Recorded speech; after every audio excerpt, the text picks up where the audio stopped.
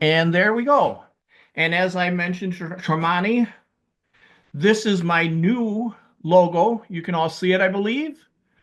The Story Yeah, Jazz Create in the Moment logo from Cherie Lynn Fors, who is one of our writers or illustrators of the future winner, along with Tremonti, who just had their big gala workshop and presentations second week of the month.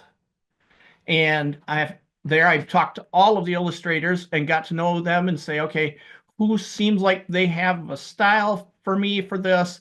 Got some opinions from the judges, and they said you really need to be talking to Cherie for this. So she created this logo specifically for my ongoing work in terms of what I think of as story jazz, which is improvisational jazz except in story form. And some of you may have already seen some of my story jazz, but I hadn't used that name for it yet. Quick discussion, overview of today's discussion. It is a discussion. You should not hesitate to ask questions. I could just record the video without all you here. I don't need you for the video, but your questions that come up, I don't know what those are. So do not hesitate to raise questions along the way. Don't try to save them till the end unless you feel like it's not important. Well, guess what? It is. So now, come on. There we go. So this is what I've started to call the jazz sessions. This is our very first jazz session. This session is the South Park secret, writing solid stories. Some of you already know this about me. I like weird in jokes. Some of them so weird that nobody but me knows they even exist. Writing Solid Code was an incredibly influential programming book of the early 90s that I learned a lot of good habits from. And so I said, well, this is kind of that, but it's writing solid stories. And it's called The South Park Secret for reasons we'll see coming up. you got to listen. And goody two shoes. And now, as I'm sure that somebody out there has said, time to pay for the suit. Old Star Trek fans will recognize that scene from City on the Edge of Forever. And let's be honest, I am giving away these classes. I have never charged for a class ever. I like to teach, and I'm a ham. I like having an audience. I'll be truthful there. But I like to teach. The only time I've ever been paid for my classes is at my local writing group because they offer an honorarium automatically and just hand you the money. But I also want to spread my reputation as a writer, so I'm going to take a little bit time here to quickly talk about a couple of my books. On the left, you see Garden Paths, just released last week. It's a collection of stories inspired by the sculptures at Frederick Meyer Gardens and Sculpture Park, which is one of the 10 best sculpture parks in the world, and locals don't even know we have it in our backyard. But I do. It's one of my favorite places ever, and it inspired some stories that I have gathered here in Garden Paths. Many of those were story jazz. It was look at the sculpture and what does it make me think? And that's what I wrote. On the right is making story models, which is kind of almost the other side from story jazz. It's ways to visualize your story, to plan your story, to look for problems in your story, different tools for drawing pictures of what's going on in your story. It includes tons and tons of techniques, some of which are not even drawing techniques at all. And it, in fact, includes what we're going to be talking about today, which is the South Park Secret. Both available on Amazon and presumably other retailers, but Amazon is the quickest way to find them. Today, I am going to be talking about some tools. I really, really, really hate it when people teach writing rules, because as far as I'm concerned, there is literally only one. You have to write. Anything after that, whatever rule you want to propose, I will find a successful bestseller who breaks it. However, people like rules when they're starting out. They want something that's better guide than nothing. And so sometimes for teaching reasons, you talk about rules. And sometimes for hyperbole reasons, because some of you may know that I can be a little hyperbolic in my discussions. I may state something as a rule, but it's not. Even if I say it's a rule, it's still a tool. It's a thing to learn, not a thing you must do. And so we're going to be looking at a tool and then my own personal variations on it, but we'll be looking at a tool that can help strengthen your writing, and you can ignore anytime it's not helping you. And I want to give absolute credit to Trey Parker and Matt Stone, the creators of South Park, for introducing me to this technique. We're going to see a video. It's actually part of a longer video on an old, I can't believe how old it is anymore. You can barely find it on the internet, an old MTV series called MTVU, MTV University, where they would take guest experts to different classrooms to talk about their subject. And they had Parker and Stone go to a screenwriting classroom in New York and talk to the students about all sorts of things. But this one thing really caught my attention. And when they taught it, you won't see that because I trimmed it down to a very small chunk of video. I just wanted an excerpt. But when they taught it, they said, you might have already heard this. You might already know this. This might be old hat to you. But it was new to us. And when I saw this, I said, you know, I have some really, really, really good mentors. I love my mentors. They're some of the best people I've ever seen, and they never taught me this. And when I have taught it at FireCon, people who I know are very well off in their writing looked at it and said, nobody taught me this. So it's very simple, and yet it's not talked about. So I'm going to talk about it, and then next week you can talk to somebody else about it, and maybe we can get this a little more widespread. So here we have Trey Parker and Matt Stone in the classroom. We can take these beats, which are basically the beats of your outline. And if the words "and then" belong between those beats, you got something pretty boring. What should happen between every beat that you've written down is either the word "therefore" or "but." Right? So what I'm saying is that you come up with an idea and it's like, okay, this happens, right? And then this happens. No. It should be this happens, and therefore this happens. And then if I kept going with the clip, he would say that the next step is, but that happens. And it's such a simplistic thing that your beats have to be joined by either causality or contradiction. But it often helps you look for weaknesses in a story. And I'm going to show a very simple story, and then we're going to fix it with but and therefore. This is an absolute and then story. It's sort of like a first pass of an idea. This is often when you're kids and kids are learning to tell stories. It's just a bunch of events, one after another, after another, after another, after another. So Bob goes to the barn. His horse escapes. His dog bites him. His boss fires him. So he gets lost in the desert. He finds the horse and a lost treasure. But he loses everything, and his girl breaks up with him. That tells you something about their relationship and possibly his character. Then if he loses everything, she dumps him. But I'm starting to get the feeling that Bob might be a loser and she might be smart about this. And what I do to apply the South Park secret is I take a little graphical technique. I add a therefore lane and a but lane. And now, using my extremely expensive software development tool that I don't recommend you get unless you are doing software development, but software ends up having an awful lot a lot of similarities to programming, which people say can't be. Programming is all technical, and writing or software is a lot in common with writing. People say software is technical and writing is human. They can't have anything in common. It's like, wait.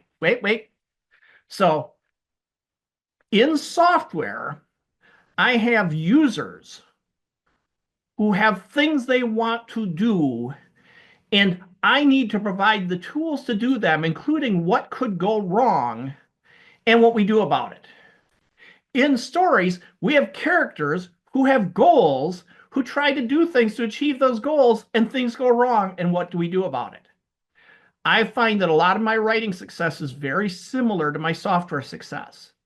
That I am taking this expensive tool and using it to diagram my software. Again, a lot of that is covered in my Making Story Models book. So Bob goes to the barn. That's a legitimate and then item because it's the start of the story. But then he leaves the door open. This is the real secret to the but therefore approach, is if you go here and that story feels weak, it might be because you're missing things. Bob goes to the barn, his horse escapes. Bob goes to the barn, but he leaves the door open, therefore his horse escapes. All of a sudden, those two beats of going to the barn and horse escaping have unity. They are tied together by cause and effect. And then his dog bites him, his boss fires him, gets lost in the desert, blah, blah, blah. It's like, no, this is still not working. The dog bites him after his horse escapes. So let's add a new beat. After his horse escapes, Bob's in a bad mood. And the more I build this thing, the more you're not going to like Bob. The more you're going to sympathize with the girlfriend leaving him. Because Bob ain't that nice of a guy. He ain't that smart of a guy. It's like, okay, dog, we got to go get this horse. He grabs the collar and tugs on him out of the barn. And so his dog, therefore, bites him. We've got a stronger story now. And then we can continue on. I'm not going to step through every one of these. I will show you the result. So Bob gets mad. He throws rocks at the dog. Okay, we all hate Bob now, right? Everybody hates Bob. The dog certainly does. He escapes and says, I don't know where that horse went, but I'm following him because I'm done with this Bob guy. And so now his boss is firing him because he's losing the dog and the horse. He's losing things. And so the boss fires him, but Bob's going to search and find that horse. So he goes off to chase the horse. Therefore, because Bob's not bright, he gets lost in the desert. And therefore, while he's lost in the desert, he finds the horse. He's at least out in the right place. And notice then I went to an and then beat. And then he finds a lost treasure. It's not that and thens are always bad. Sometimes you want to introduce a new element into the story. It's that if everything is an and then, your story is weak. So, and then he finds a lost treasure. Therefore, Bob, being the greedy cuss we know, tries to steal the treasure, but the spirits who guard the treasure attack Bob, and therefore he loses everything. So therefore his girl breaks up with him. And again, I think it's more than just because he lost everything. I think Bob was a loser to begin with. So you see how we started with a bunch of things that could happen, and we ended with a story. We might even have looked at some of these along the way and said, you know, that doesn't fit. There's no good but or therefore for that scene. Then throw it out. Maybe the girlfriend breaking up with him really is kind of off the track from the rest of it. Maybe we throw it out by the time we get here. So questions on the but and therefore elements of this. Anyone? All right. Well, I asked a question in the chat, but Okay. I am basically, in do the you chat think right now? Sorry. that's fine? So I had to find my button, but do you think there's like a general mathematical ratio then there that says for every and then you should have probably so many therefores or there or so many buts? That's a really interesting question. I have not pondered, so I will give you my spur of the moment response. I think the and thens should be very few, but as I'll talk about later, that's a style choice. That's not a yes or no. That's not a rule. But I feel like they should be very few. If the reader feels like anything can happen at any time, they start to lose a sense of stakes because they followed along and just everything could change on them at any moment. But that's a feeling. Now, the contrast between therefores and buts, I kind of don't feel like you should have but. A but should surprise and break expectations, and a therefore should be a consequence of that surprise. And then make therefore that's a consequence of that. So I've got 3 therefores in a row in here. So I feel like they're more common because the buts are the surprises. They are the hooks, the interruptions. If you think of writing chapters and scenes, a lot of times people will talk about ending a scene or ending a chapter with a hook, the thing that grabs the reader's attention to make them want to keep going. And so often it'll be a scene with paragraphs of fights or whatever going on, and then the but is the hook at the end. And so I kind of feel like buts are less common and more consequential than therefores. Does that help? Absolutely. Thank you. Okay. Other questions? Or the and then beats, like with the buts and the therefores, it seems like those are basically tying together the results of the action the character took. So if we do go back to adding an and then beat, would you recommend kind of foreshadowing that and maybe treating it like a bigger story beat instead of an inaction? That's possible, and we're actually going to see my modification to Parker and Stone is like the very next slide, and that's an example where we would sort of be foreshadowing. Okay. So, other questions? All right. So, tying right exactly to what you just said, I feel like but and therefore are not enough. I feel like we need meanwhile and eventually. A meanwhile is that foreshadowing. It is saying, while this is going on, here's something that's going to probably become a but later. Here is a new line of story that will come into play later, and then eventually is sort of a future therefore. Eventually is, yes, we knew this was coming, here it is, or we suspected it was coming. So then really your timing for that question was perfect for that. Well, that's what I was thinking about looking at that. I was like, well, you don't want the and then just hanging out there. That almost seems like a bigger change to the story because the rest of it was just tying together consequences of the actions within the scene. Yeah. At least that's how it came across to me. So exactly. And sometimes you do need things outside of the main thread or things that will break the main thread. Mm-hmm. So here we have our story as we just saw it. Goes to the barn, leaves the door open, horse escapes, grabs the dog's collar, dog bites him, Bob throws rocks, dogs escape, follows the horse. He searches for the horse to get his job back and gets lost in the desert. And then we go to this sort of intermediate stop. We're done with Bob's story for a while because now I wanted to make a more challenging story.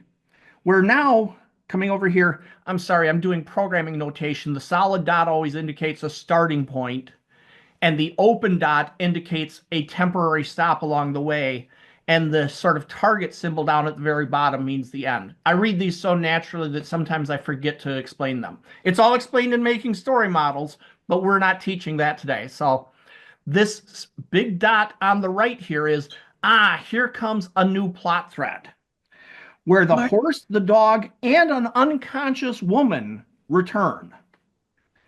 Therefore, the ranch boss takes the woman in for food and shelter, but the woman is sick from heat stroke. Therefore, the ranch boss calls Dr. Harper. Dr. Harper treats the woman, but also says, "That's my sister Josephine." But Josephine has amnesia. Therefore, Dr. Harper has to take Josephine to the specialist. Now, right now, at this point, I am kind of building a story that needs more work. It's more that's going to fit on this page. So if we lose the Harper and Josephine storyline, we would expand it later and it'd be unable to be read on this screen. Now, I can't see what's in the eventually over here because you folks are all sitting on top of it. So let me move that aside. All right. So now we get our eventually. So this is basically, we had Bob getting lost in the desert, and eventually Bob finds the lost treasure. Therefore, Bob tries to steal the treasure, but the spirits curse Bob. Curse Bob. Notice how I changed it to curse Bob specifically. So losing the girlfriend, besides being good sense on her part, could also be considered part of the curse because he loses everything, and that includes her. So Parker and Stone didn't mention meanwhile and eventually. I feel like they add just this little bit of time element, this little bit of separate storylines element, and this ability to foreshadow a bit that, okay, we knew Bob was lost in the desert. Something's going to come of that, and eventually it does. So questions on meanwhile and eventually. Yeah, Martin, can you go back to the screen where you defined them? I didn't get to write eventually down. Okay. While he's writing that down, I have a question on, it looks like it's scene, scene, scene. Are you just knowing what sequels you're putting in there for scene and sequel, or are you adding that in after? For me, scene and sequel is kind of a subconscious thing. Okay. For those who haven't studied the technique, it's discussed in great length in Deborah Chester's fantasy fiction formula, which was originally it was fantasy formula. I forget the title, but she eventually took fantasy out of the title because it was limiting her audience. Just admitted Rich Ware of the group. She took fantasy out because it was limiting her audience, and it's a perfectly good book for non-fantasy readers. But she talks about this structure of scene and sequel. And it's probably something I do intuitively without thinking about it. I rely on my readers to know that more than me, but it does feel very natural to me. And sequel is, I think, the worst word she could have possibly taken. And I know she probably got it from some other instructors before her. But sequel, people think of, okay, so that's like Empire Strikes Back, right? Because Star Wars, yes, I still call it Star Wars. Star Wars was the movie and Empire was the sequel. In this terminology, scene is something is happening and something is changing. Events are happening. And sequel is the characters comprehending and dealing with the consequences. And so it's not a sequel in terms of a follow-on story. It is a sequel in terms of following on character response to the action that came before. So looking at this, these kind of all feel like scene to me in that terminology, but the sequel is, for me, it's so implied that as I write or dictate, I will get to a point where my characters are processing what just happened. Often, your story will end, or a scene or chapter will end on a hook because you want to hold people's attention because you're about to go into sequel and you're about to do something that's a little more talky, a little more thought involved. And so the hook that you ended on gives them reasons to say, I got to keep going through this. Because some readers, not all, some readers, if they don't keep getting that adrenaline rush of action, action, action, action, you start to lose them. And that's okay. They're entitled to like what they like. Other questions on the meanwhile and the eventually? All right. But going back to this really cool logo from Cherie, more and more these days, I am doing my writing in what I've started to call story jazz. It's what is sometimes called discovery writing, sometimes called pantsing. And if you call it pantsing, certain discovery writers get completely annoyed because they think pantsing sounds too juvenile, whereas discovery writing sounds sophisticated. I'm a pantser, I don't care. But I'm starting to brand it as story jazz. I am building my stories from the moment. Create in the moment is part of my story jazz theme. So therefore, this is something that Parker and Stone said it themselves. It's for fixing your outline. Well, what if you don't have an outline? What if you're a pantser or a discovery writer? It still applies. It becomes a way you think as opposed to a way you plot. But to me, writing a story on the fly, story jazz, is kind of just the same thing as plotting, except you're doing it in the story, in the moment. I sometimes joke that, yes, I write outlines. I write 100,000 word outlines, and then we publish them. Because to me, I am going through the process. I'm just going through it once. And part of the theory of jazz, and I came up with the story jazz concept from Miles Davis and his crew, who went into the studio on a Monday with a few jazz modes. And don't ask me to explain the music theory of what a mode is, but it's different from a chord progression, and it's different from a scale progression. He went in with a few jazz modes and some words he said to them of, this is what we're going to do. And they proceeded over the course of 5 days to record Kind of Blue, including one of the sessions on the album was exactly the first take. They improvised this entire album in 5 days, and it is considered one of the most monumental albums in all of jazz. Because in that short period of time, they could keep it all in their heads. They could remember, oh, the last time we did this, you did this really cool thing and I missed it. I wasn't there for it. So if we do this again, I will be ready to play my part in that.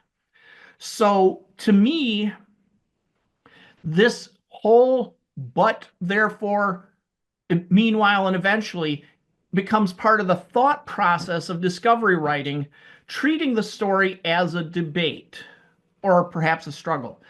And maybe this comes naturally to me because I was a debater in high school, and because I, as a programmer, have to think through logical consequences, and just because I can be a difficult cuss who likes to explore a devil's advocate approach to all sorts of things. But I really do a lot of conversations in sort of but mode. I got up early this morning because I wanted to get ready for this class, but I also wanted to take care of the cats, make sure they were taken care of. Therefore, I fed the cats, but that got me behind schedule on this story and there on this class. So therefore, I had to miss out, and this is sad, I had to miss out on the peach cobbler that my niece has down at her little dough house. She's got a little pop-up market down the hill from me where my brother is. And I didn't get any peach cobbler today because that's how important you people are to me. So just know how much I love you. So notice how I basically did a debate with myself back and forth without knowing where I was going. I had no idea that that was going to end up with peach cobbler and love. But I could see that the back and forth was the story.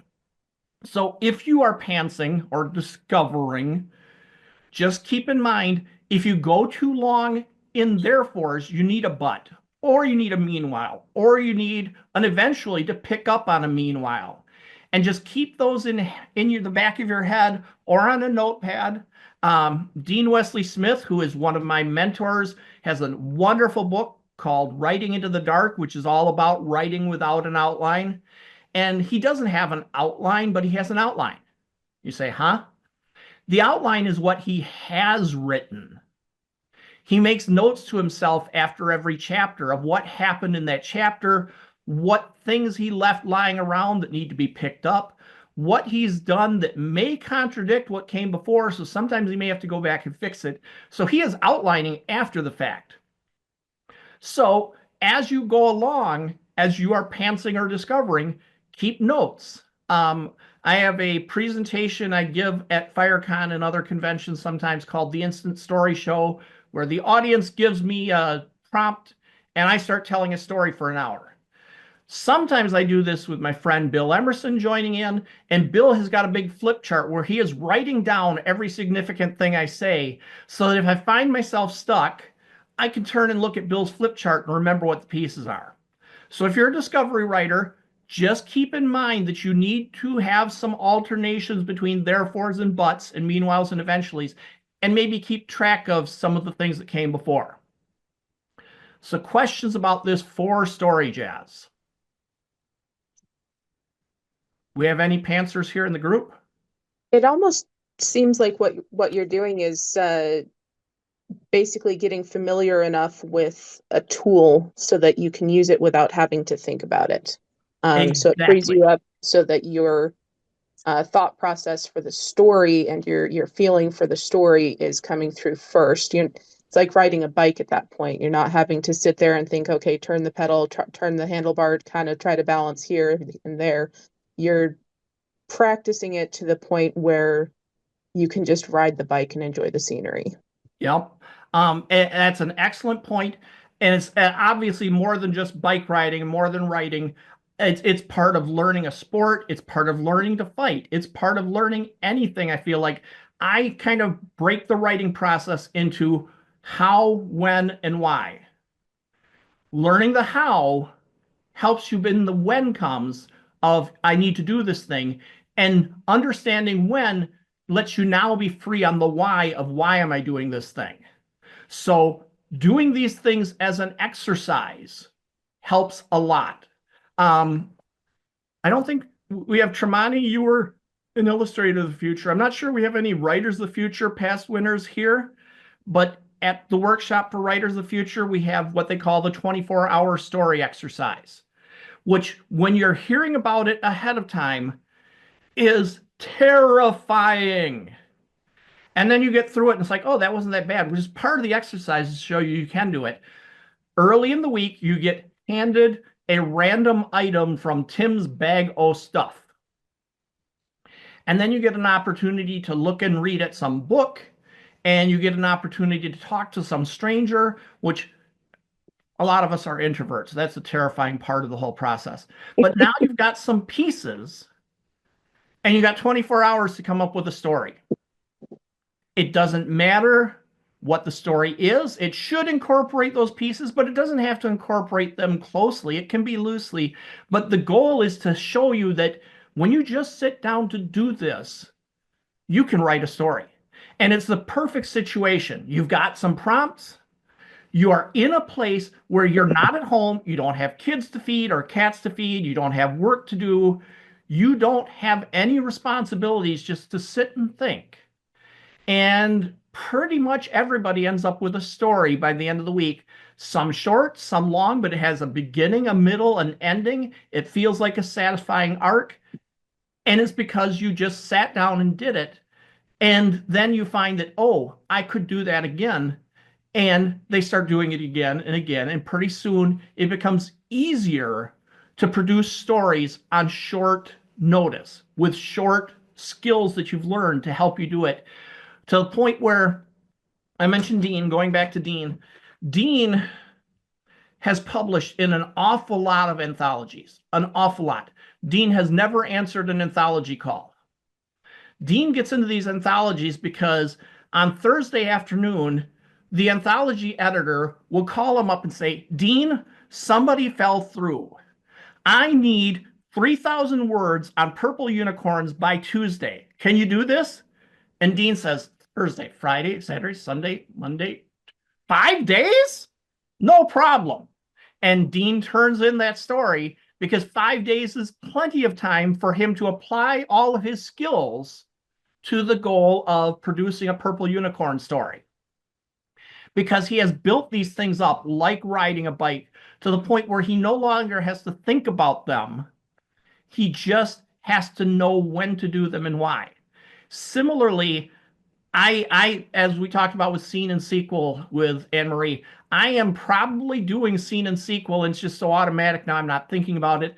I naturally fall into but therefore ways of thinking and planning, so it comes natural, but they all get easier with practice.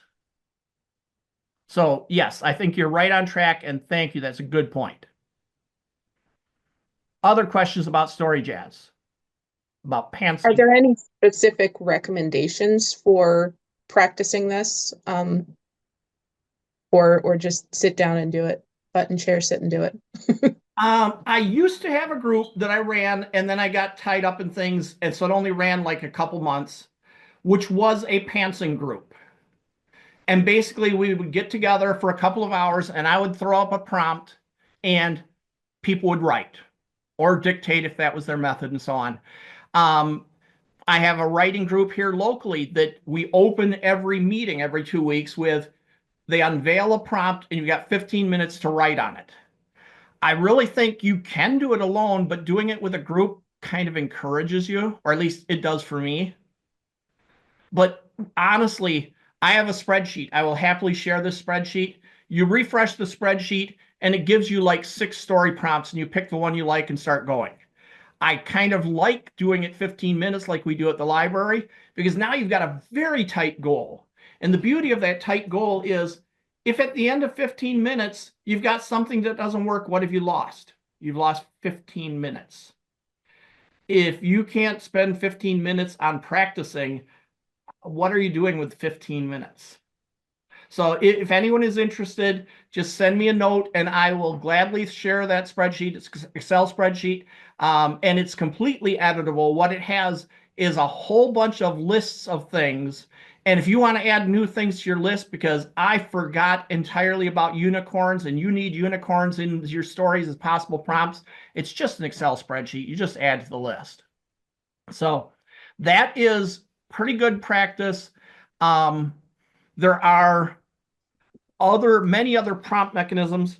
I have, holding it up here so if you can see my face, a little bag of what they call story dice or story cubes.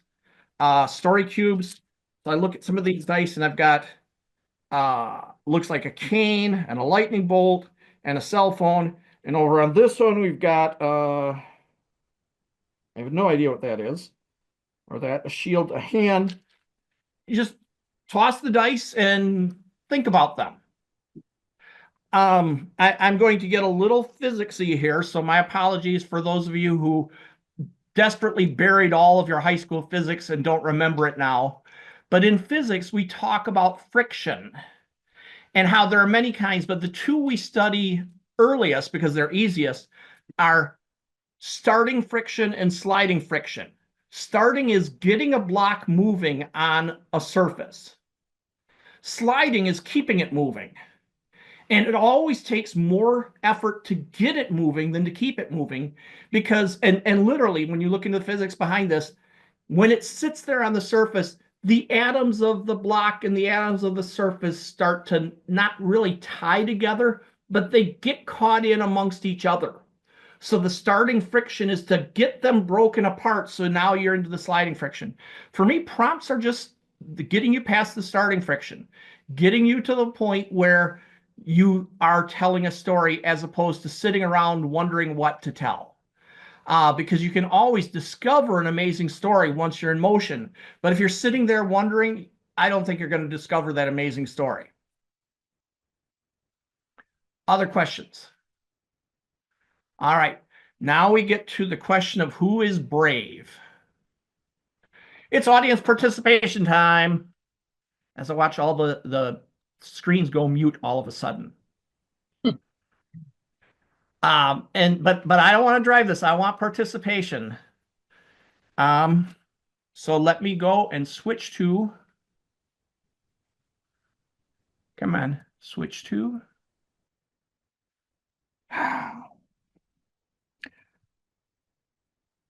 The PowerPoint slide share is stealing things. Okay, so I switch to Excel.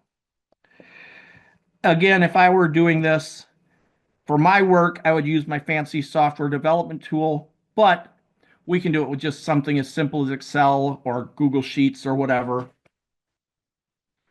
And I've preceded this, so it's ready to go. I don't care about document recovery. Go away.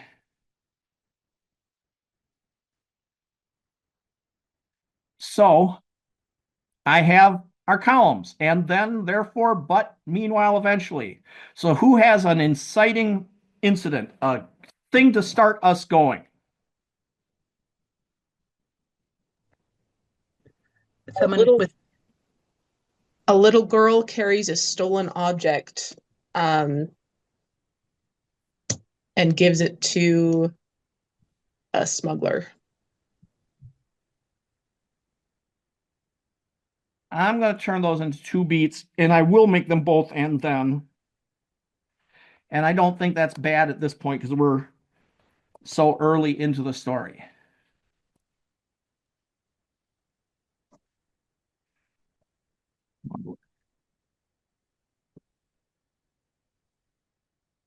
All right, so who has a therefore or a but out of that?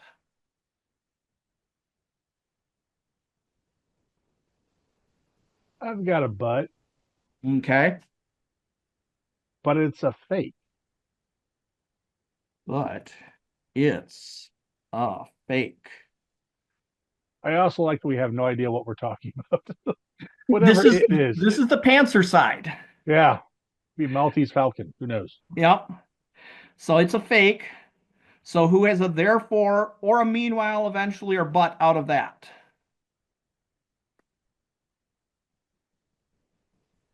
Eventually, the smuggler was probably trying to get it for someone, so his tail's on the line too. All right, so let's start that with a. Do we want to leave it as part of this storyline or a new one for him? If it's for him, it's probably a meanwhile, not an eventually yet. It will become an eventually, but that would come like down the road here of the smuggler plans. But if it happens immediately, we don't need a meanwhile or an eventually. It could be a simple therefore. So did you have a therefore in mind? Not yet. All right. So we need either Carries a, a stolen object, but it's a fake. Therefore, she has to trick the smuggler into taking it. has to trick smuggler into taking it. How old's our little girl? Good Come on. question. Uh, let's say 10. So she's got a little independence here. She has some concept of what she's up to. Mm-hmm. All right. So she has to trick the smuggler into taking it. Do we have a but or a therefore out of that? Kind of feels like a therefore for me of what she does as part of the trick. Suggestions?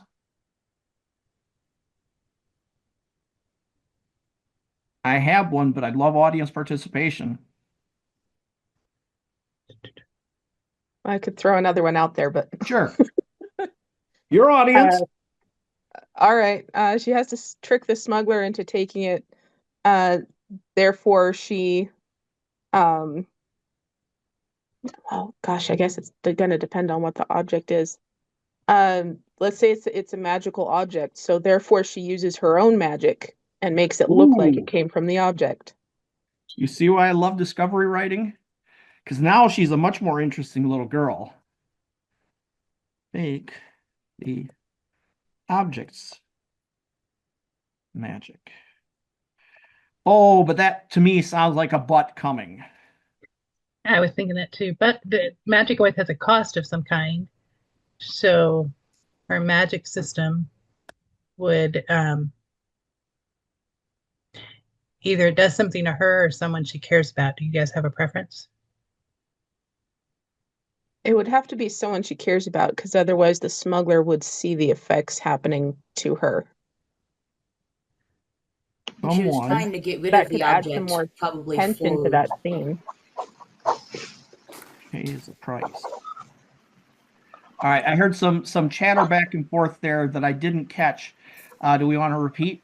Because it sounded significant to me. Well, I was thinking it has a cost on someone she cares about because she's obviously trying to smuggle it or give it to a smuggler to get money for someone she cares about. Okay. So that to me, I almost could add a column for motivations on here, but for now I'll put it here as part of this. It has a bad effect on someone she cares about, So she wants rid of it. Okay. So we're starting to reach a point where we probably need some definition on this. And if I were pantsing away, I'd be coming up with the ideas. But certainly we need to define what the price is and who it affects, which might therefore be a therefore out of that but. So therefore, something happens to somebody. So who's the something? Therefore, the little sister or little brother, the sibling, therefore the younger sibling that she was trying to get the money for by selling the stolen object in order to get medicine for them, gets sicker because she used her magic. Nice.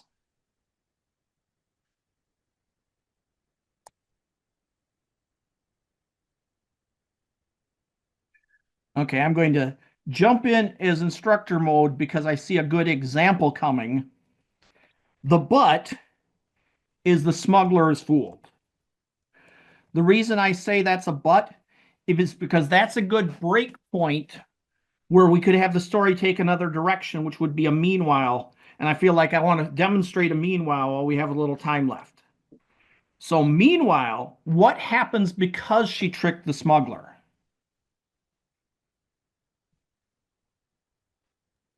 I would think Smuggler doing, or what is the sibling doing, or what is some guardian doing? The guardian, if the sibling is getting sicker, the guardian maybe is panicking and taking the kid to the chirurgeon or something. Or ideas?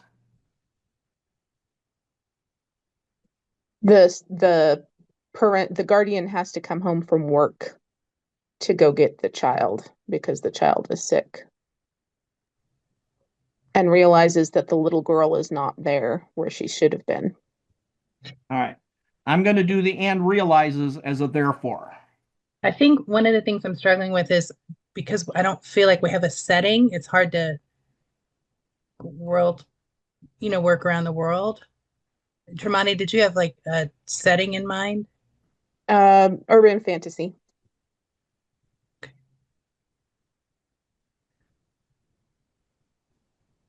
Okay. So the guardian realizes that the girl is missing and probably has a therefore coming from that, which is what does the guardian do? Calls the police. Maybe? Call. Or I don't know. That's a little bit obvious on that. Characters do more obvious interesting. things all the time. It's sometimes a frustrating thing because the natural thing for your character to do is the thing that would spoil the story. So Well, here's she calls the little girl's father, who is a police officer.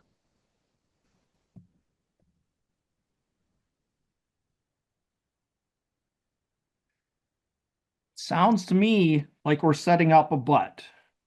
Yes. But, and so on and so on and so on. I don't think we're going to finish this plot at all today. Anybody wants it, remember, plots cannot be copyrighted. It's an execution that matters. So if you love this story, go ahead and write it. I'd love to read it. Questions about what we did, though?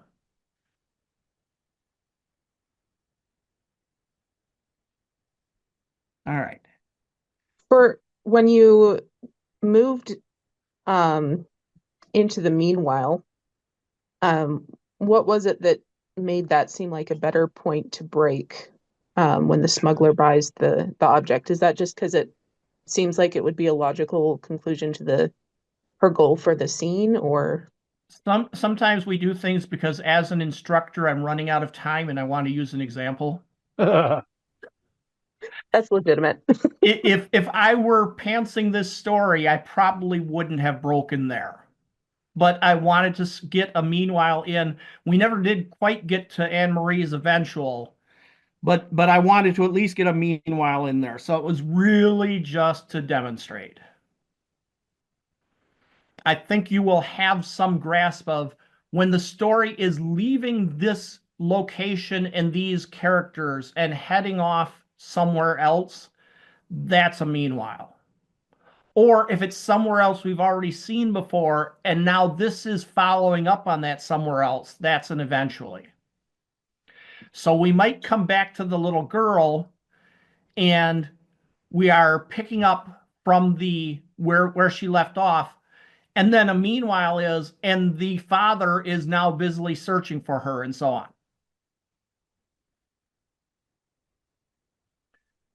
All right. So that was our audience participation, and I thank you all for participating. I think this is one that really helps to just do it and practice it. All right. And again, tools, not rules. And this is definitely not a rule. There is a place for capriciousness. There really is. Not in my stories. My stories are incredibly rational and logical for the most part. But I know people who love to write stories about a universe where bad things just happen and you can't control them and there's no rhyme or reason. You just have to cope with the chaos as it comes along. And for those people, the whole therefore but gets mostly broken. It's like therefore the car crashes, but they manage to dig their way out, and then along comes another car and runs them over. Which had nothing to do with the therefore and the but that came before. It was just that person wanted caprice. So I'm not going to say you can't do good fiction with capriciousness. It's not to my taste necessarily, but lots of good stuff has been done that way. I do, however, think of it as a very good tool. It's a very simple tool. You're all going to know this tool today, right now. You pretty much kind of get this tool. You want to practice it, but you get this tool. And somehow I went years and years and years and had to get two guys from South Park to introduce it to me. So it's my chance to introduce it to you and spread it around. All right. Any more questions? And if you have questions that you don't think up now and they come later, martin@shoemaker.space. I'm always responsive, sometimes slow, but always responsive. Some of you here have already had lots of times where I've talked to you about writing ideas. Getting me to talk is easy. It's getting me to shut up that's the problem. Any questions? Roughly how long do you think it'll probably take to get the recordings out? It depends on if I try to go see if there's any peach cobbler left. Because peach cobbler could break me off for an hour or so. But I think the recordings will be certainly tonight. The only question is how many hours we're talking. I'm at the mercy of how long it takes Zoom to send them to me, which is usually on an hour session. It's like within 15 or 20 minutes. And then I want to drop it into my editing tool and cut out all the discussion ahead of time and focus on when the clock struck 4-ish, start from there. But I would say it would not surprise me if they're in a couple of hours or less. Awesome. Thank you. Thank you. And be very, very willing to share them with your friends. I'm honest, I am trying to do some brand building here. So sharing this far and wide will make my heart feel lifted. But I also hope I'm helping people and it's worth sharing. Absolutely. Do you, when you're writing a story, do you just continue doing that from beginning to end all the way through, or do you use any other structural tools kind of integrated with it? Well, I do have to point to making story models as a whole book full of tools that I use sometimes. It really is, for me, a matter of the right tool at the right time in the right place. That how, when, why is, I happen to have the how for most of these tools. I've been learning for 25 years as a software developer, so that when I decided to use them, it was relatively easy. But I do, it varies so much on the story. My story today, I Am Paul, which got nominated for Nebula and got republished in 4 Years Best, et cetera, et cetera, et cetera. I could go on and on about it. But that story I woke up and wanted to write a story for Mike Resnick for Galaxy's Edge, but he wants them short. And those of you who know me know that short isn't one of my strengths. So I'm sitting in the shower trying to think of a story I can write for Mike, which would be short and would be strong. And I'm imagining something related to Alzheimer's because his mother-in-law passed away from Alzheimer's. So it was a story I felt like is in a spirit that he would buy. And I sat there and thought about an android and an Alzheimer's patient. And she said, "Is that you, Paul?" And my answer in my head was, "Today I am Paul." Bam. I got out of the shower, took the time to dry off and put on clothes, got in my Jeep. I don't think I had the Jeep then. I think I was the Mazda then, and drove to work, dictating the whole way. And 50 minutes later, I had 5,000 words dictated with nothing but pants, pants, pants, pants, pants, pants, pants, pants, pants. Other stories, when I get stuck on a problem, I'll use some of the techniques in making story models to plan them out, techniques like this and others. On the other hand, sometimes it is, for a very long stretch, it is simply responding to things. Jenna and Dawn Ray are here, and they have FireCon, which I've discussed. Wonderful conference, FYRECON. I highly recommend it. In October 2023, pre-FireCon, they posted a prompt a day for flash fiction in October. And I think I mentioned I don't do short. I didn't do flash fiction, but I said I'll do a short story every day. So I did 5,000 word short stories, posting them to my mailing list and my blog and linking them on Facebook and putting them out there for people to find. And around day 6, I said, I know these are 4 different story worlds, but this isn't short story collection. This is a novel. And I proceeded to a chapter a day for the rest of the month. Take those 4 story worlds and draw them together into a finished novel, and then proceeded to say, okay, now that I've got all these characters together and I know what they're fighting, what happens from there? It was, I would say 95% was pantsing, and a little bit of it was planning because I saw a really cool ending. And so I steered for that ending. But it's so much varies by the story for me, which is the other side of tools, not rules. The more tools in your toolbox, the more solutions you have when you run into trouble. Does that make sense? Absolutely. All right. In that case, I'm saying we are at the 5 o'clock mark. So I managed to hit just about exactly an hour. Any last questions? All right. Again, martin@shoemaker.space. If you come up with them. And I thank you for joining me. This has been a wonderful first jazz session. Thank you. Thank you. Thank you.